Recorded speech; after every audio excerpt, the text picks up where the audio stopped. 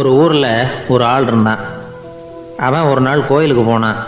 கடவுள்கிட்ட வேண்டிக்கிட்டான், எனக்கு ஒரு 1,00,000 ரூபா நீ கொடுத்தா நான் உன் சன்னதியில் ஒரு தேங்காய் உடைக்கிறேன் அப்படின்னு வேண்டிக்கிட்டான்.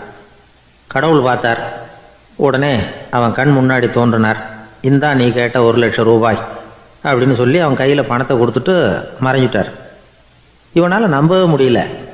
இவ்வளவு சுலபமாக கிடைக்கும்னு தெரிஞ்சிருந்தா அனாவசியமாக ஒரு தேங்காய் உடைக்கிறேன்னு வேண்டியிருக்க வேண்டியது இல்லையே அப்படின்னு நினச்சான். இருந்தாலும் வேண்டுதலை நிறைவேற்ற வேண்டியது கடமை. அதுக்காக என்ன பண்ணால், பக்கத்தில் ஒரு கடைக்கு போனான். ஒரு தேங்காயை கையில் எடுத்தான். இது என்ன விலைன்னு கேட்டான். 5 ரூபான்னார் கடையில் இருந்தவர். அதிகமாக இருக்குதே விலைன்னா. அப்படின்னா ஒன்று செய்யுங்க, அடுத்த ஊருக்கு போங்க, அங்கே தென்னந்தோப்பு அதிகம், அதனால் அங்கே இதை விட குறைஞ்ச விலைக்கு கிடைக்கும் அப்படின்னார். சரின்னு அடுத்த ஊருக்கு கிளம்புனான். அங்கே போய் விசாரித்தான். ஒரு தேங்காய் 3 ரூபாய் விலைன்னாங்க. இதுவும் அதிகமாக தெரியுதேன்னா. அப்படின்னா ஒன்று செய்ய, அதுவும் அந்த ஆற்று ஓரமாக ஒரு தென்னை மரம் இருக்கு பார், அதில் நீயே ஏறி பறிச்சுக்கோ, ஒரு தேங்காய்க்கு 1 ரூபா கொடுத்தா போதும் அப்படின்னார் அந்த தோப்புக்கு சொந்தக்காரர். இவனுக்கு மரம் ஏற தெரியாது. இருந்தாலும் ஆசை யாரை விட்டுது, விலை சல்லிசாக இருக்குதே. ஆற்று ஓரம் போனால் தட்டு தடுமாறி அந்த மரத்தில் ஏறினா அந்த தென்னை மரம் வளைஞ்சி ஆற்று பக்கம் போய் அப்புறம் நிமிர்ந்து இருந்தது. அதாவது மரத்தின் உச்சி சரியாக ஆற்றுக்கு நடுவில் இருந்தது. ஆற்றுல வெள்ளம் கரை புரண்டு ஓடிக்கிட்டு இருக்கு. இவன் கடவுள் கொடுத்த 1,00,000 ரூபாயை மடியில் வச்சு இறுக்கி கட்டிக்கிட்டான். உச்சிக்கு போய் காய் பறிக்கிற சமயத்தில் காற்றும் மழையும் பலமாக கலந்து அடிக்க ஆரம்பிச்சுட்டுது. கால் வழுக்கி விட்டுட்டுது. இவன் சடார்னு ஒரு தென்னை மட்டையை பிடிச்சிக்கிட்டு தொங்க ஆரம்பிச்சிட்டான். கீழே பயங்கரமான வெள்ளம். மடியில் 1,00,000 ரூபா பணம். என்ன செய்கிறதுன்னு தவிக்கிறான். இந்த சமயம் கரையில் ஒரு யானை பாகன் யானையை குளிப்பாட்டிக்கிட்டு இருக்கிறான். அது அவன் கண்ணில் பட்டது. ஐயா ஒரு உதவின்னு கத்துனான். அவன் என்ன செய்யணும்னு கேட்டான். உன் யானையை மெதுவாக இங்கே அழைச்சிட்டு வா, எனக்கு நேராக கீழே நிறுத்து, என் காலை பிடிச்சி மெதுவாக கீழே இறக்கி விட்டுரு, என் மடியில் இருக்கிற பணத்தில் உனக்கு 10,000 ரூபா தரேன் அப்படின்னா. அவன் பார்த்தான். காலை கையை பிடிச்சா கூட எவனும் இந்த காலத்தில் 10 ரூபாய்க்கு மேலே தரமாட்டேங்கிறான். இவன் காலை பிடிச்சா 10,000 தர்றேங்கிறான் அப்படின்னு யோசனை பண்ணான். உடனே யானையை கொண்டுட்டு போனான். அவனுக்கு நேராக கீழே நிறுத்தினான். அவன் காலை பிடிச்சான். அவ்வளவுதான். அந்த நேரம் பார்த்து யானை மெதுவாக நடந்து அப்பால் போட்டுது. இப்போ யானை பாகன் அவன் காலை கெட்டியாக பிடிச்சிக்கிட்டு தொங்குறான். பரிதாபமாக மேலே பார்க்குறான். அவன் மட்டையை பிடிச்சிக்கிட்டு தொங்குறான். இப்போ யானை பாகன் சொல்கிறான், தம்பி மட்டையை விட்டுறாத, கெட்டியாக பிடிச்சிக்கோ, நான் உனக்கு 10,000 ரூபா தரேன், இதோ மடியில் தான் வச்சுருக்கேன்னா. மேலே தொங்குறவனுக்கு இந்த நிலைமையிலேயும் ஒரு சந்தோஷம், மேற்கொண்டு ஒரு 10,000 ரூபா நமக்கு கிடைக்கும் போல இருக்கே அப்படின்னு. இந்த சமயத்தில் ஒருத்தன் ஒட்டகத்தை ஓட்டிகிட்டு வந்தான் அந்த பக்கமாக குளிப்பாட்டுறதுக்கு. யானை பாகம் பார்த்துட்டான். ஐயா ஒட்டகக்காரரே, அதை இங்கே கொண்டுகிட்டு வா, எங்கள் காலை பிடிச்சி பத்திரமா இறக்கி விடு, நாங்கள் பணம் கொடுக்குறோம்னா. அவனும் பணத்துக்கு ஆசைப்பட்டு வந்தான். அவன் காலை பிடிக்கிற சமயம் ஒட்டகமும் நழுவி போட்டுது. இப்போ 3 பேருமே வரிசையாக தொங்குறாங்க. ஒட்டகக்காரன் கத்துறான், தம்பி மட்டையை விட்டுறாத, கெட்டியாக பிடிச்சிக்கோ, நான் என் மடியில் இருக்கிற 5,000 உனக்கு தந்துடுறேன்னா. மேலே தொங்குறவனுக்கு இன்னமும் சந்தோஷம், இவனும் பணம் தர்றேங்கிறான். அப்படின்னா இன்றைக்கி நமக்கு மொத்த பண வரவு எவ்வளவு அப்படின்னு ஒவ்வொன்றா கூட்டி பார்க்க ஆரம்பித்தான். மனக்கணக்கு சரியாக வரல. அதனால் அப்படியே விரலை விட்டு எண்ண ஆரம்பித்தான். அவ்வளவுதான். மட்டையை விட்டுட்டு கை நழுவி வந்துட்டுது. 3 பேரும் பொத்துன்னு ஆற்றுல விழுந்தாங்க. படாத பாடுபட்டு தட்டு தடுமாறி கரைக்கு வந்து சேர்ந்தாங்க. 3 பேர் மடியில் இருந்த பணமும் ஆற்றோட போட்டுது. பேராசை பெருநஷ்டம் அப்படின்னு ஒரு பழமொழி இருக்குல்ல, அதை விளக்கறதுக்காக சொல்லப்பட்ட கதை இது. இந்த காலத்தில் ஒருத்தர் ஒரு நீச்சல் குளத்தில் நீச்சல் அடிச்சுக்கிட்டு இருக்கிறார். காவலுக்கு இருந்தவர் அதை கவனிச்சுட்டார். கரையிலேருந்து சத்தம் போட்டாராம், இதோ பாருங்க, இங்கே ராத்திரி 8 மணிக்கு மேலே நீச்சல் அடிக்கிறது சட்டப்படி குற்றம், அதுக்கு அனுமதி கிடையாது, தெரியாதா உங்களுக்கு அப்படின்னாராம். இதுக்கு அவர், ஐயையோ நான் நீச்சல் அடிக்க வந்தவன் இல்லைங்க, சும்மா சுற்றி பார்க்க வந்தவன், தடுமாறி குளத்தில் விழுந்துட்டேன், நீச்சல் தெரியாது, அதனால் தத்தளிச்சுக்கிட்டு இருக்கிறேன் அப்படின்னு கத்துனாராம். கரையில் இருந்தவர் பார்த்தார். ஓ அப்படின்னா சரி, அதுக்கு ஒன்றும் தடை இல்லை அப்படின்னு சொல்லிவிட்டு அவர் பாட்டுக்கு நடந்து போயிட்டாராம். நம்மளை மாதிரி ஒரு ஆசாமி அவன் நம்மளை மாதிரியே கற்பனை பண்ணான். அதாவது நாம தான் இந்த உலகத்துல ரொம்பவும் கஷ்டப்படுறோம், மற்றவங்க எல்லாம் சந்தோஷமா இருக்கிறாங்க அப்படின்னு அவன் நினைச்சுக்கிட்டான். அவன் ஒரு நாள் கடவுளை வேண்டிக்கிட்டானா, சுவாமி இந்த உலகத்துல எவ்வளவோ பேர் இருக்கிறாங்க, ஒவ்வொருத்தருக்கும் ஒவ்வொரு விதமான கஷ்டம் இருக்கலாம், ஒத்துக்கிறேன், இருந்தாலும் எனக்கு அது கொஞ்சம் அதிகமா இருக்கிறது மாதிரி தெரியுது, அதனால நீங்க எனக்காக ஒரு சின்ன உதவி செஞ்சா போதும், அது வேற ஒண்ணும் இல்லை, என்கிட்ட இருக்கிற துயரங்களை இன்னொருத்தர் யாருகிட்டயாவது கொடுத்துருங்க, அவர்கிட்ட இருக்கிற துயரங்களை என்கிட்ட மாத்தி கொடுத்துருங்க. ஒரு மியூச்சுவல் டிரான்ஸ்பர், அவ்வளவுதான். அப்படி பண்ணிவிட்டா போதும் அப்படின்னு வேண்டிக்கிட்டானா. அன்னைக்கு ராத்திரியே அவன் ஒரு கனவு கண்டிருக்கான். வானத்திலிருந்து ஒரு குரல் கேட்டிருக்கு. அது என்ன சொல்லிச்சு தெரியுமா? ஏ ஜனங்களே, எல்லாரும் அவங்கவங்க கஷ்டங்களை ஒரு பையில போட்டு எடுத்துக்குங்க.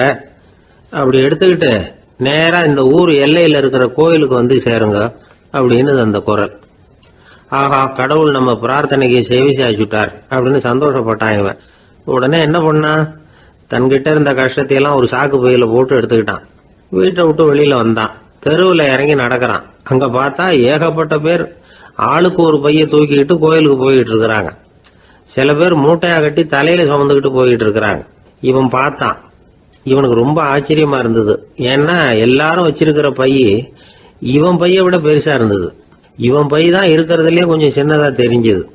இப்ப அவன் மறுபடியும் சாமியை வேண்டிக்கிட்டான். கடவுளே, இப்ப உள்ள சூழ்நிலையை கவனிச்சா என்கிட்ட இருக்கிற பைய பரவாயில்லன்னு தோணுது.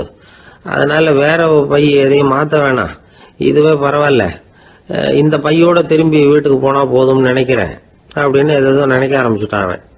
எல்லாரும் கோயிலுக்கு போய் சேர்ந்தாங்க. கோயில்ல அந்த குரல் மறுபடியும் கேட்டுது. எல்லாரும் அவங்கவுங்க பைகளை சோகத்துல தொங்க விடுங்க. திடீர்னு விளக்குகள் அணையும், மணி அடிக்கப்படும், அதுதான் அடையாளம். அந்த சமயத்துல இருட்டுல உங்களுக்கு வேண்டிய பைய நீங்க வந்து மாத்தி எடுத்துக்கலாம், தேர்ந்தெடுத்துக்கலாம். வெளிச்சம் இருக்கிறப்பவே உங்களுக்கு பிடிச்ச பைக்கு பக்கமா பார்த்து நீங்க நின்னுக்கலாம் அப்படின்னு சொல்லி விவரம் சொல்லிச்சான் அந்த குரல். அப்படி சொன்னதுக்கு அப்புறம் திடீர்னு விளக்கு அணைஞ்சுது, மணி அடிச்சுது. கொஞ்ச நேரம் கழிச்சு மறுபடியும் விளக்குகள்லாம் எரிஞ்சுது. இப்போ பார்த்தா எல்லாரும் அவங்கவுங்க பையையே கெட்டியா பிடிச்சிட்டு நிக்கிறாங்க. இவனும் அப்படியே நிக்கிறான். இவன் மெதுவா பக்கத்துல நிக்கிறவங்க கிட்ட கேட்டானா, ஏன் நீங்க பைய கையிலேயே வச்சிருக்கிறீங்க, செவுத்துல மாட்டலையா அப்படின்னு கேட்டிருக்கான். இல்லப்பா, நீ ஏன் கையிலேயே வச்சிருக்கிறியோ அதே காரணத்துக்காக தான் நாங்களும் வச்சிருக்கிறோம். நம்ம கவலைகளை பத்தி நமக்கு ஓரளவுக்காவது தெரியும். ஆனா மற்றவங்க கவலைகள் நமக்கு பரிச்சயம் இல்லாதவை, பழக்கம் இல்லாதது. அதனால நமக்கு தெரிஞ்ச கவலைகளை சமாளிக்கிறது சுலபம். தெரியாததை சமாளிக்கணும்னா மறுபடியும் ஆரம்பத்தில இருந்து ஆரம்பிக்கணும். அதனால பழைய நண்பர்களோட வாழறது தான் மேல் அப்படின்னு நானான். அதுக்கப்புறம் அவன் தன்னோட பைய போதும்னு வீட்டுக்கு திரும்பி வந்துட்டானான். இது ஒரு பெரியவர் சொல்லி இருக்கிற கதை. அதனால நம்ம கிட்ட இருக்கிற கஷ்டங்கள் தான் பெருசு, அதை இன்னொருத்தங்கிட்ட கொடுத்துட்டு மாத்திக்கலாம் அப்படின்னு நினைக்கிறது தப்பு. இதே மாதிரி இன்னொரு சம்பவம். ஒரு ஊர்ல ஒரு நாள் ராத்திரி ஆகாயத்தில இருந்து கடவுள் குரல் கேக்குது. இந்த ஊர்ல இருக்கிற ஜனங்கள்லாம் கொஞ்சம் கவனிங்க, உங்களுக்கு ஒரு செய்தி. அதாவது இங்க இருக்கிற ஜனங்கள்லயே கொஞ்சம் கூட கவலையே இல்லாத ஆள் யாருன்னு எனக்கு தெரியணும். அதனால எல்லாரும் அவங்கவுங்க கவலைகளை ஒரு பையில போட்டு எடுத்துக்கிட்டு கோயிலுக்கு வாங்க அப்படின்னாரு கடவுள். உடனே வரிசையா எல்லாரும் வர ஆரம்பிச்சாங்க. எல்லார் கையிலயும் பை இருந்தது, சின்னதும் பெருசுமா. கவலையே இல்லாத ஆள் யாருன்னு தேடினார் கடவுள். ஒரே ஒரு ஆள் மட்டும் கையில எதுவும் இல்லாம வெறும் கையை வீசிக்கிட்டு ரொம்ப ஜாலியா நடந்து வந்துகிட்டு இருந்தான். கடவுள் அவங்க கிட்ட போனார். ஏன்பா உனக்கு கவலையே இல்லையா அப்படின்னு கேட்டார். எனக்கும் சில கவலைகள்லாம் உண்டு அப்படின்னு அவன். எங்க அதெல்லாம்னு கேட்டிருக்காரு கடவுள். பின்னாடி லாரியில வந்துகிட்டு இருக்கு அப்படின்னு அவன். அசோக மன்னர் வந்துகிட்டு இருக்கார். அவருடைய ஆலோசகர்கள் எல்லாம் பக்கத்துல வந்துகிட்டு இருக்கிறாங்க. அந்த சமயத்துல எதிரில் ஒரு புத்த பிக்ஷு வர்றார். அசோகர் பாக்குறார். ஓடி போய் அவர் காலில் விழுந்து வணங்குறார். அசோக மன்னரின் தலை அந்த புத்த துறவியின் பாதத்துல பட்டுக்கிட்டு இருக்கு. பக்கத்துல நின்றுகிட்டு இருந்த அமைச்சருக்கு இது ரொம்ப சங்கடமா போச்சு. ரொம்ப வருத்தப்பட்டார். நம்ம அசோக சக்கரவர்த்தி எப்பேற்பட்டவர், அவரோட தலை ஒரு சன்னியாசியின் பாதத்துல படுறதா அப்படின்னு நினைச்சு ரொம்ப கவலைப்பட்டார். அரண்மனைக்கு திரும்பினதும் அமைச்சர் மெதுவா ஆரம்பிச்சார். அரசே, எனக்கு ரொம்ப வருத்தமா இருக்குது அப்படின்னார்.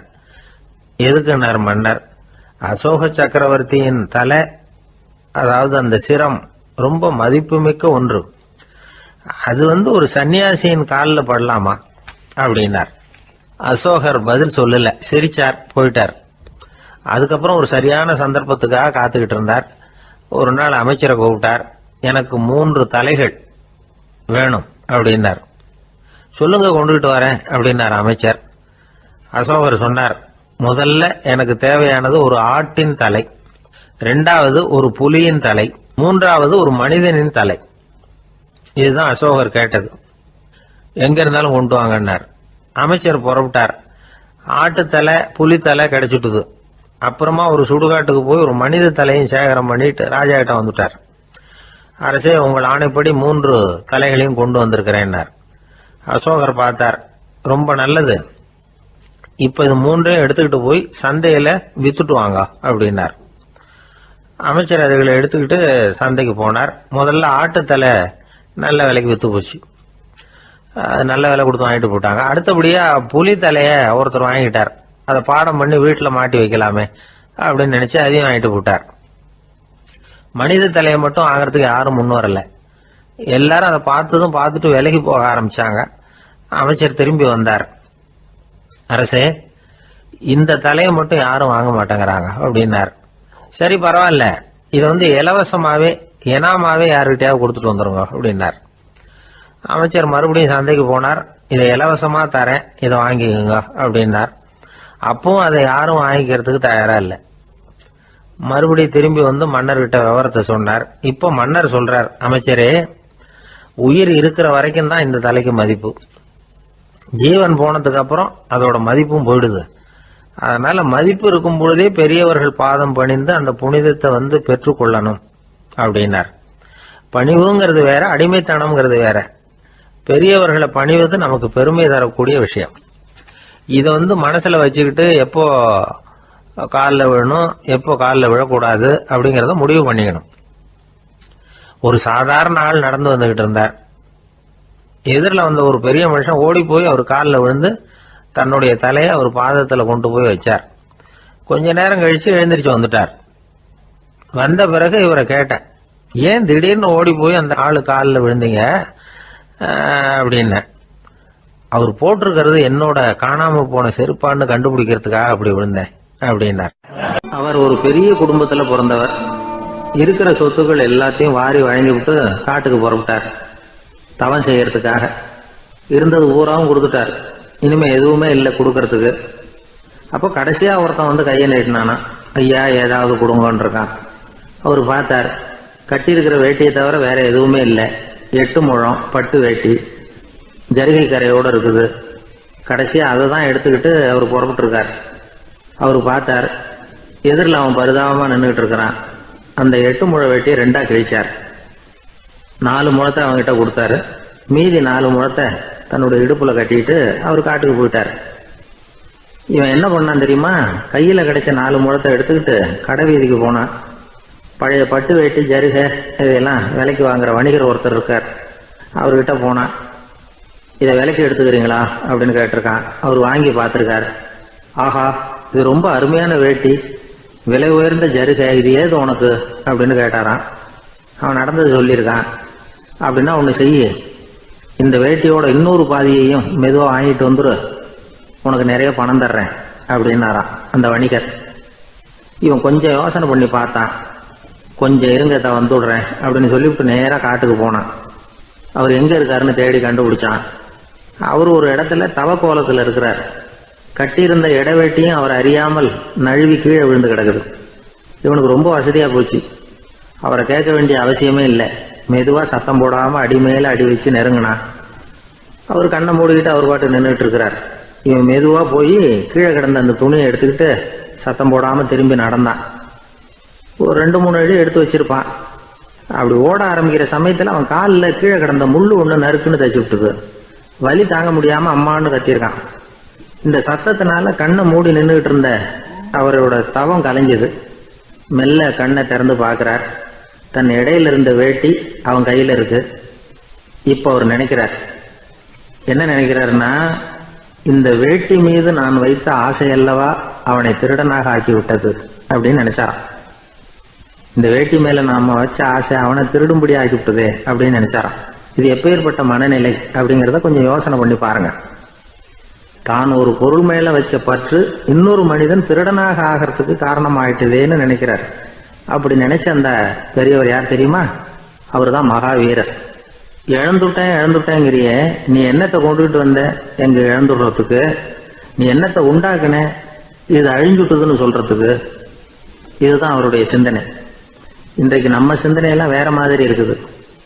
ஒருத்தன் நடுத்தருவில் உட்காந்து அழுதுகிட்டு இருந்தான். அந்த வழியா வந்தவர் ஒருத்தர், ஏன்பா அழறேன்னு கேட்டாராம். 5 ரூபா சார், இந்த இடத்துல விழுந்துட்டுது, ரொம்ப நேரமா தேடுறேன், கிடைக்காது போல இருக்கு அப்படின்னு சொல்லிவிட்டு அழறான். எப்போ தொலைஞ்சதுன்னு கேட்டாராம் அவரு. அது எனக்கு தெரியாது சார், பணத்தை தொலைச்சவன் தேடி பார்த்துட்டு போயிட்டான், நான் அவனுக்கு பின்னாடி தேட வந்தவன் அப்படின்னு நானா இவன். ஒரு காட்டுல ஒரு நரி இருந்தது. ஒரு நாள் காலை நேரம் அது தன்னுடைய இருப்பிடத்திலிருந்து வெளியில வந்தது. கொஞ்சம் தூரம் நடந்து வந்தது. அப்பதான் அது தன்னோட நிழலை கவனிச்சு பார்த்தது. பார்த்தா அது ரொம்ப நீளமா பெருசா இருக்குது. காலை நேரத்துல நிழல் அப்படித்தானே இருக்கும்.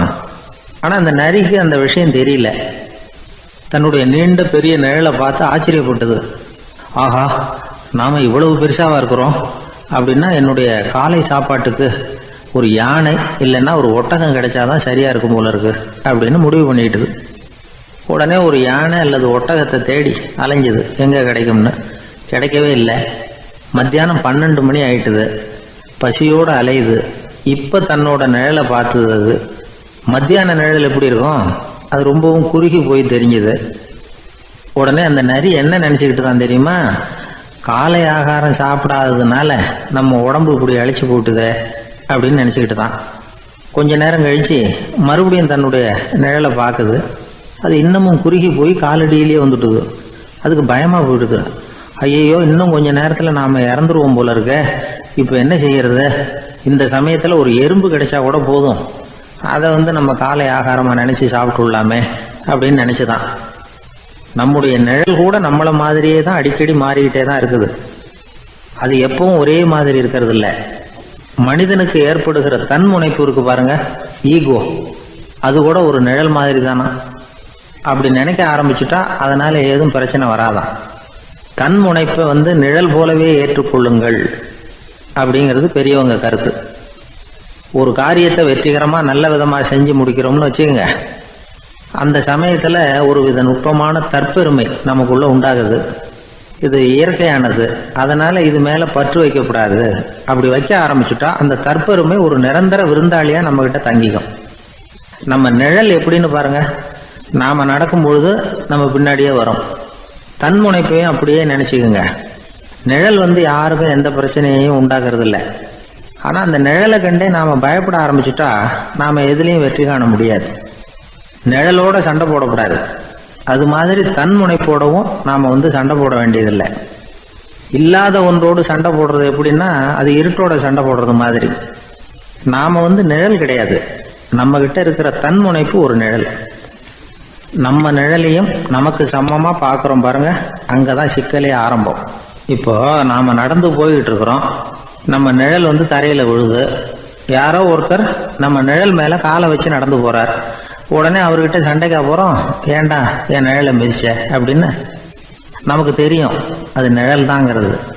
அவர் உங்க மேல நடக்கல, உங்களுடைய நிழல் மேலதான் நடக்கிறார். அது மாதிரி உங்க தன்முனைப்பின் மேல யாராவது நடந்தா உங்களை அவமானப்படுத்துறதா நினைக்கிறீங்க. காரணம், நாமளும் நம்ம தன்முனைப்பும் ஒண்ணுங்கிற நினைப்பு தான் காரணம், மற்றபடி வேற ஒண்ணும் கிடையாது. நம்ம நிழல் மேல நடக்கிறவர் நம்மளை காயப்படுத்துறது இல்லை. தன்முனைப்பை வேண்டாத ஒன்னாவும் பார்க்க வேண்டியதில்லை. அது இயற்கை. நிழலை உங்க முன்னாடி வைக்க வேணாம், அது உங்க பின்னாடியே இருக்கட்டும். நிழலின் நிழலாகி விடாதீர்கள், நீங்கள் நீங்களாகவே இருங்கள். இதுதான் சான்றோர் சிந்தனை. ஒரு பேருந்துல ஒரே நெரிசல். ஒருத்தர் பக்கத்துல நின்றுகிட்டு இருந்தவர்கிட்ட ரொம்ப பணிவா விசாரிச்சார், ஏன் சார், நீங்க ஏதாவது பெரிய உத்தியோகத்துல இருக்கிறீங்களா அப்படின்னார். அப்படிலாம் ஒண்ணும் இல்லைங்கன்னார் அவரு. அப்படின்னா வேற ஏதாவது அரசியல்ல பெரிய பதவியில் இருக்கிறீங்களா அப்படின்னு கேட்டார். அதுவும் இல்லைங்கன்னார். சரி, பணமாவது அதிகமா வச்சிருக்கீங்களா அப்படின்னு கேட்டார். அப்படிலாம் ஒன்றும் கிடையாது சார்னார் அவரு. அப்புறம் எதுக்குடா என் காலை மிதிச்சுக்கிட்டு இருக்கிற, எடுறா காலை அப்படின்னாராம் இவர். ஒரு ஊர்ல ஒருத்தர் இருந்தார், ரொம்ப நல்லவர். யாருக்காவது ஏதாவது கொடுத்துக்கிட்டே இருப்பார், கொடையாளி.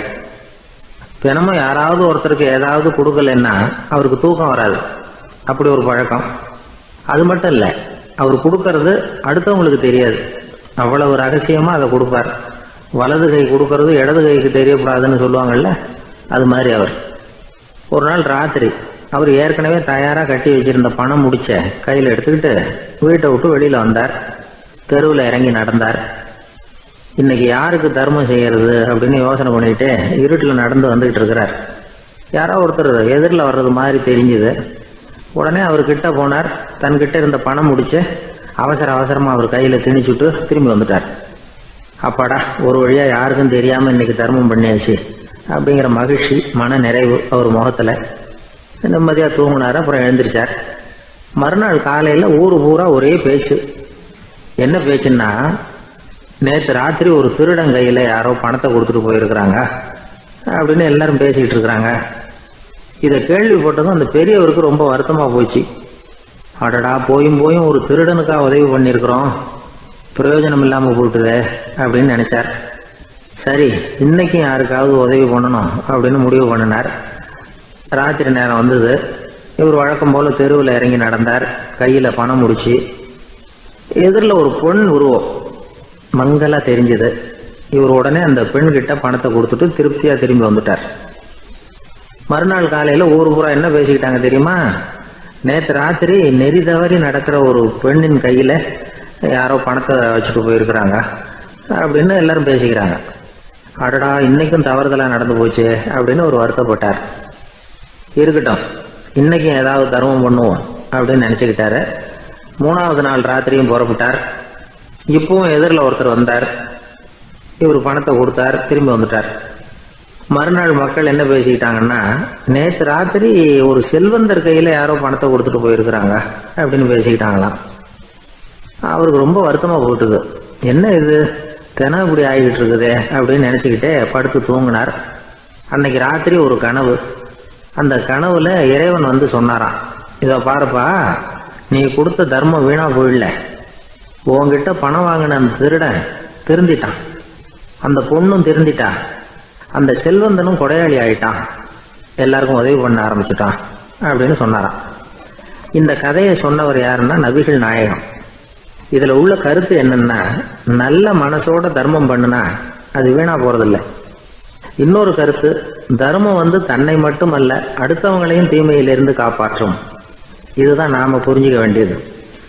இந்த காலத்திலேயும் இது மாதிரி சில சம்பவங்கள் நடக்கிறது உண்டு. ஒரு பெரியவர் இருட்டில் நடந்து வந்துகிட்டு இருந்தாரு. எதிரில் வந்த ஒருத்தன் வலுக்கட்டாயமா ஒரு கையை பிடிச்சி ஒரு பண முடிப்பை கொடுத்து வச்சுக்க சொல்லிவிட்டு விலகி போயிட்டான். பெரியவருக்கு ஆச்சரியம், இந்த காலத்திலையும் இப்படி வலது கை கொடுக்கறது இடது கைக்கு தெரியக்கூடாதுன்னு நினைக்கிற கொடையாளிகள் உண்டு போல இருக்கு அப்படின்னு யோசனை பண்ணிக்கிட்டே நடந்தார். கொஞ்ச தூரம் போயிருப்பாரு. அதுக்குள்ள அதே ஆள் திரும்பி வந்தான். கொடுத்த பண முடிப்பை திருப்பி கொடுங்க அப்படின்னு கேட்டு வாங்கிட்டான். இவருக்கு ஒன்றும் புரியல. ஏன் இப்படி பண்றேன்னார். அது ஒன்றும் இல்லைங்க, கொஞ்ச நேரம் இதை உங்ககிட்ட கொடுத்து வச்சிருந்தேன், அவ்வளவுதான் அப்படின்னா. ஏன்னு கேட்டார். என்னை பின்னாடி போலீஸ் தேடிக்கிட்டு வந்துகிட்டு இருக்குது, அதுதான் அப்படி பண்ணேன், இப்போ போயிட்டுது, இனிமே ஒன்றும் பயம் இல்லை அப்படின்னு சொல்லிவிட்டு அவன் பாட்டுக்கு நடந்து போறான். ஒரு ஊர்ல ஒரு ஆள் இருந்தான், தையல் கடை வச்சிருந்தான். அவங்கிட்ட ஒருத்தன் ஒரு சட்டை துணி எடுத்து கொடுத்து தைக்க சொல்லியிருந்தான். வர்ற சனிக்கிழமை வா, வந்து வாங்கிட்டு போ அப்படின்னு அவன் சொல்லியிருந்தான். அதே மாதிரி இவன் வந்தான். அவன் தச்சு வச்சிருந்த சட்டையை கொடுத்தான். இவன் வாங்கி அங்கேயே போட்டு பார்த்தான். கை நீளம் ஒன்றுக்கு ஒன்று வித்தியாசமா இருந்தது. வலது கை இடது பக்கத்தை விட நீளம் குறைச்சலா இருந்தது. அவன் முணுமுணுக்க ஆரம்பிச்சுட்டான், என்ன இது இப்படி தைச்சுட்டியேன்னு.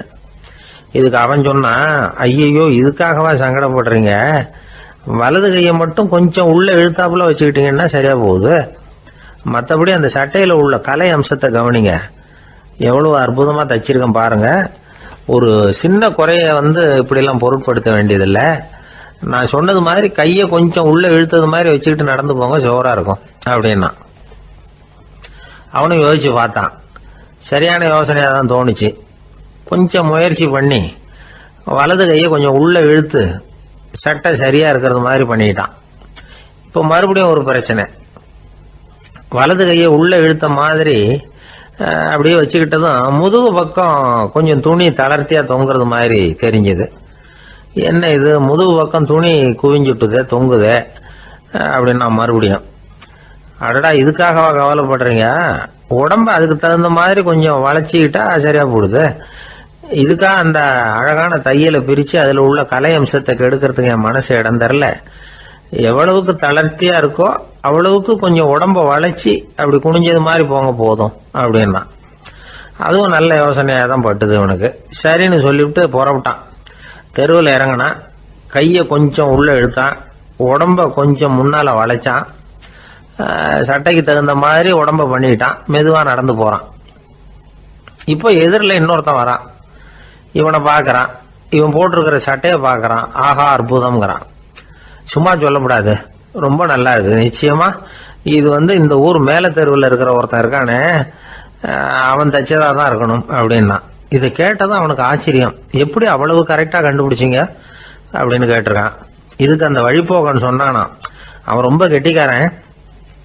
உங்களை மாதிரி உடம்பும் கையும் வளைஞ்சு போன ஒரு ஆசாமிக்கு அவனை தவிர வேற யாராலேயும் இவ்வளவு பொருத்தமான ஒரு சட்டையை தைக்க முடியாது அப்படின்னானா. பாருங்க, அவனுக்காக இவன் அனுசரிக்க போய் இவனோட நிலைமை எப்படி ஆயிடுது பாருங்க. இதே மாதிரி தான் சில சடங்குகளும் சம்பிரதாயங்களும் நம்மளை கோமாளி ஆக்கி விட்டுரும். எதுவா இருந்தாலும் அதுல அறிவுபூர்வமான அணுகுமுறை அவசியம். ஒரு நர்ஸ் அவசரமா ஓடி டாக்டர் கிட்ட சொல்லிச்சான், டாக்டர் ஒரு தப்பு நடந்து போச்சு, 10ஆம் நம்பர் பெட்ல இருக்கிற பேஷண்ட்டுக்கு காலில் ஆபரேஷன் பண்றதுக்கு பதிலாக கையில் ஆபரேஷன் பண்ணி விட்டீங்க. கை ஆபரேஷன் பண்ணிக்க வேண்டிய ஆள் 7ஆம் நம்பர் பெட்ல இருக்கார் அப்படின்னு தான்.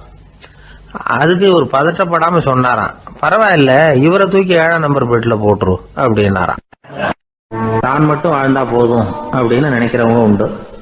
தானும் வாழணும், அடுத்தவங்களும் வாழணும் அப்படின்னு நினைக்கிறவங்களும் உண்டு. முதல்ல சொன்ன வகையை சேர்ந்த மனிதர்கள் எப்படி தெரியுமா? எப்படியாவது தான் மட்டும் வாழ்ந்தால் போதுங்கிற நினைப்பு தான் எப்பவும் அவங்களுக்கு இருக்கும். தங்களுடைய வளர்ச்சிக்கு எது தடையா இருந்தாலும் சரி, யார் தடையா இருந்தாலும் சரி, அதை அழிச்சுட்டு தான் மறுவேலை பார்ப்பாங்க. அவங்கெல்லாம் பாவ காரியங்களுக்கு தயங்குறதே இல்லை. அப்படிப்பட்ட வாழ்க்கை அவங்களுக்கே இடைஞ்சல அமைஞ்சு விடுறது உண்டு. அதை விளக்கறதுக்கு ஒரு கதையும் உண்டு. ஒரு ஊர்ல அப்படிப்பட்ட ஆள் ஒருத்தன் இருந்திருக்கான். நிறைய பாவங்களை செஞ்சவன். அதன் காரணமா நரகப்படுகொழியில விழுந்துட்டான். நரகப்படுகொழிங்கிறது ஒரு பெரிய கிணறு மாதிரி. ஏற்கனவே பாவம் செஞ்சவங்க நிறைய பேர் அதில் விழுந்து கிடக்குறாங்க. உள்ள ஏகப்பட்ட சத்தம், எல்லாம் அந்த பாவாத்மாக்கள் போடுற சத்தம். இப்போ விழுந்தானே இவனும் சத்தம் போட்டான். இவன் போடுற சத்தம் கொஞ்சம் அதிகமாக கேட்டுது. இந்த கிணத்துக்கு பக்கத்தில் புத்தர் உட்கார்ந்துருக்கிறார். அவர் காதில் இவன் போடுற சத்தம் விழுந்தது. உடனே அந்த கிணத்தடிக்கு போனார். குனிஞ்சு பார்த்தார். சாமி என்னை காப்பாத்துங்க அப்படின்னு கத்தனா இவன். புத்தர் அவனை கொஞ்சம் கவனிச்சு பார்த்தார். மனித சமுதாயத்துக்கு அவன் என்னென்ன கெடுதல் பண்ணியிருக்கிறாங்கிற விவரம்லாம் அவர் மனக்கண்ணில் தெரிஞ்சது. அவருக்கு எல்லாம் புரிஞ்சு போச்சு. இருந்தாலும் அவனை காப்பாத்துறதுக்கு ஏதாவது வழி உண்டா அப்படின்னு யோசிச்சார். அவன் தன்னுடைய வாழ்நாளில் ஏதாவது நல்லது செஞ்சிருக்கானா அப்படின்னு பார்த்தார். ஒரே ஒரு சமயம் அவன் தன்னுடைய காலடியில மிதிபட இருந்த சிலந்தியை மிதிக்காமல் தாண்டி போயிருக்கிறான். இந்த ஒரு காரியத்துக்காக அவனை கரையேற்ற முடியுமா அப்படின்னு நினைச்சார். அவ்வளவுதான். உடனே அவர் கையில ஒரு சிலந்தி உட்கார்ந்துதான். அதுகிட்ட இருந்து நூல் இழை வெளிவர ஆரம்பிச்சது. அந்த நூல் இழை கிணற்று ஆழம் வரைக்கும் அப்படியே நீண்டுகிட்டே போச்சான். புத்தர் பார்த்தார். இந்த நூலை பிடிச்சிக்கிட்டு மேலே ஏறி வா அப்படின்னார். என்னங்க சொல்றீங்க, இந்த சிலந்தி நூல் என்ன தாங்குமான்னு கத்தனான். எல்லாம் தாங்கும், அதை பிடிச்சிக்கிட்டு ஏறி வா அப்படின்னார்.